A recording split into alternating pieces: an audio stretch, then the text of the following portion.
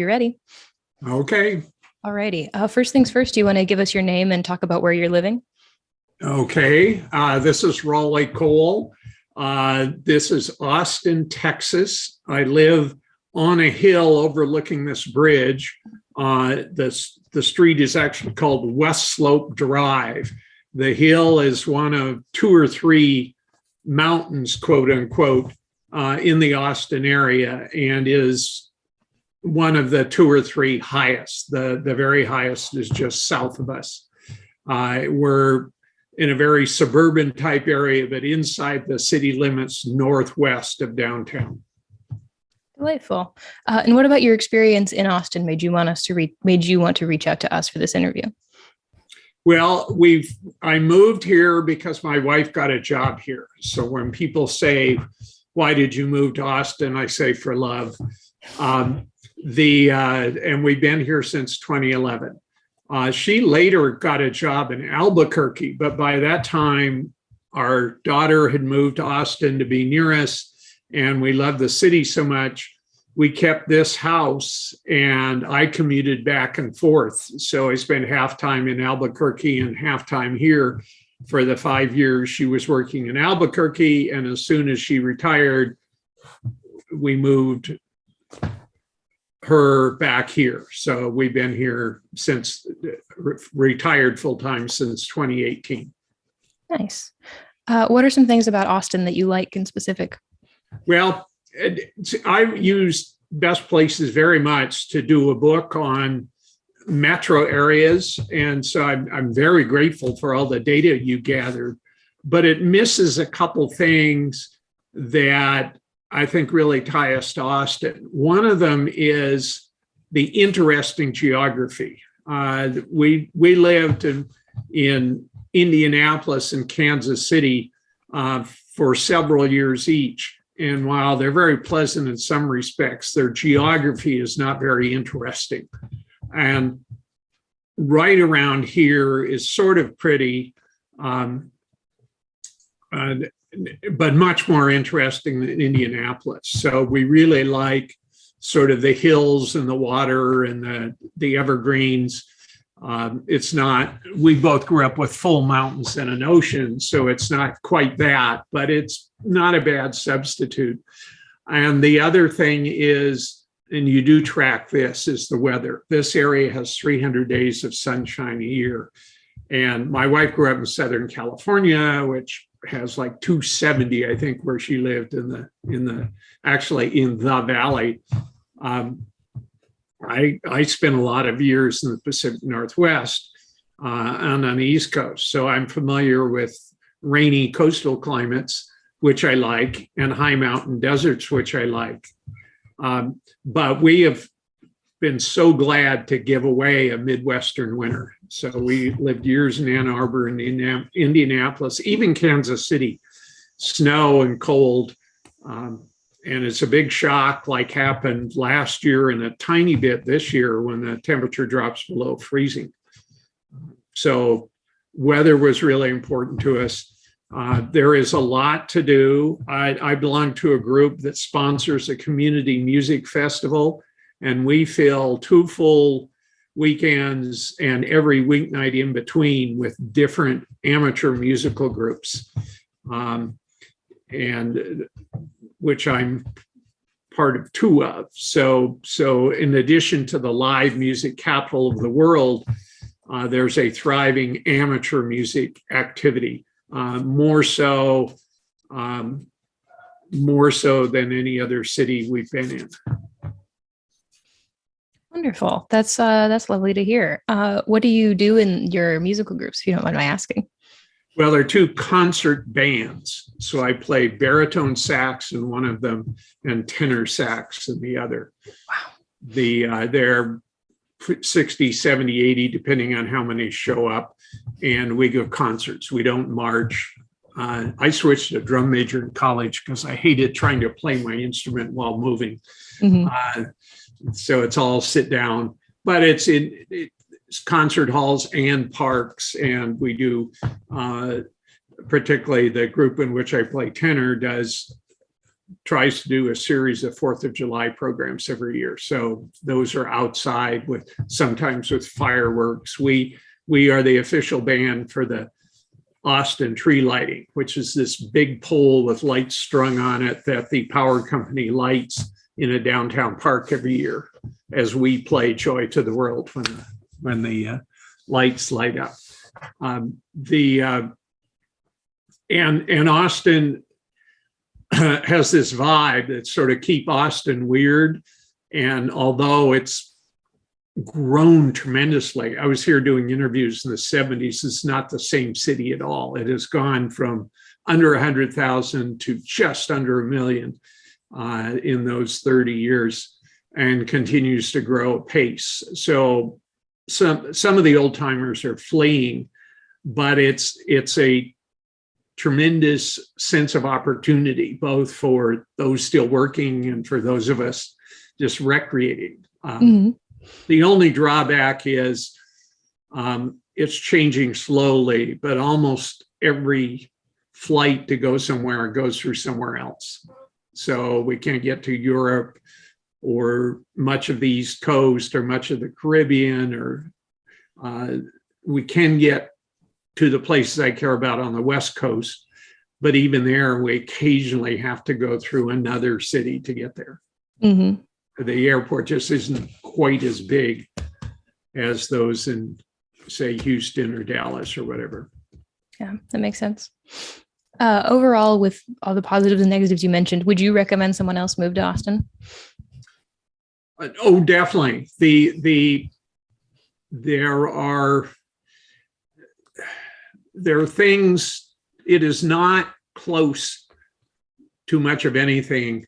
And even the cities in Texas are 2 and 4 hours, 2, 3, and 4 hours away for the 3 biggest cities. And the next biggest city, which is El Paso, is 8 to 10 hours away. So you're a long way from everywhere else. So you got to like where you are.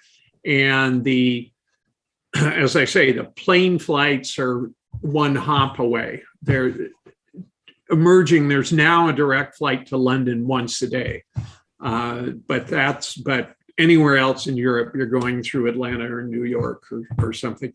There's tremendous job opportunity in kind of innovative tech, self-startup, that whole world. Less so, for steel workers or iron workers or traditional factory employment, even in modern factories. We're not a major source of manufacturing employment. So, and we have a lot of musicians trying their hand. There's even a citywide kind of group that tries to get a little bit of health insurance and stuff to anyone who's a licensed musician. So there's lots going on to encourage you to try things. But if you want a cradle to grave traditional Midwestern factory job, this is not the city for that. There are even places on the coast or other places in the South are now much better for that kind of opportunity than Austin. Interesting. Good to know. So where did you live before Austin? Many places or? This is like our 10th house. So I was born in Seattle. My family then moved to Aberdeen, essentially for my elementary school years, then to Boise for junior and senior high. I was back east going to school for 9 years. We moved back to Seattle, then to Ann Arbor, then to Kansas City, then to Indianapolis, then to here. There were 2 houses in the Seattle area, one in what's now a booming suburb about an hour south, and then once right in the city near the university. Every place else, it's been 1 house per city, usually inside the city limits, but residential environment. The closest to a really urban experience was in this glamorous older neighborhood built in the 20s in Indianapolis, where I had a local coffee shop within 5 blocks in 3 different directions. But nothing like that. Most of the other places, it's a fairly long walk or bike ride. The closest grocery store is 2 miles away from where we're living now. So we've never lived in an intense urban environment like downtown. I keep proposing it, but my wife likes her little bit of land around her. So, All right. Which of those was your biggest move, do you think? well, the biggest change was from Seattle to Ann Arbor. We left 55 cousins, a brother and a sister on my side, a sister on my wife's side, and another sister in Portland. We left all family and friends for a great job opportunity for my wife. And although we're natives once removed, both our mothers grew up in Michigan, that was a big step forward. The move from there to Kansas City was less so, although Kansas City is its own interesting and it's a fascinating place. And the move to Indianapolis was sort of like going back to Ann Arbor, some of the same attributes. It's a big university town. It's largely flat, subject to Midwestern winters, not quite as bad as Ann Arbor, but to make up for that, there are more severe thunderstorms in the summer. And then the next biggest move was here to Texas, which it's really back to the high mountain desert of Boise, or climate sort of like that. So lots of sunshine, lots of opportunity to go outside that we didn't have in any of those other places. So the two biggest changes are Seattle to Ann Arbor and from Indianapolis to Austin. Nice. Do you have any advice for people who might be making a similar style of move? Similar. Well, there is no line that the older you get, the harder it is to make friends. And so you have to do more artificial things if you want to create a social environment. Now, Indianapolis had these two really gregarious salespeople right across the street from us, and they kind of solidified. It was a wonderful neighborhood. It was big houses close together with a full sidewalk.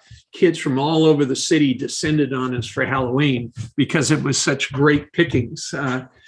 Here we're on a steep hill and our house is many, many steps down from the street. We do organize something so the kids do Halloween, but it's not a social cohesion. So both my wife and I, that's partially why the two bands and some other activities, you have to sort of artificially create environments where you meet people. So that's actually going to be true even if you move 2 counties away. Our age, we're not going out to bars every night or whatever. So if you want to create a social environment, you need to get more explicit about it. And I would suggest don't do it directly, or at least I've never had great luck that way. Do it indirectly. Join a group, get involved in a cause or a hobby, and one of the classic old ones, which is sadly, in my point of view, open to fewer and fewer people, is you join a church and get active in the church. But any social or do-gooder organization or money-making or anything like that will help build as you move to a new area. Either pick an old or a new activity and get involved would be my advice if you want kind of to build your social interaction quickly. Nice. I think that's really good advice. Those were all of my questions. Do you have anything else you want to share before we sign off for today?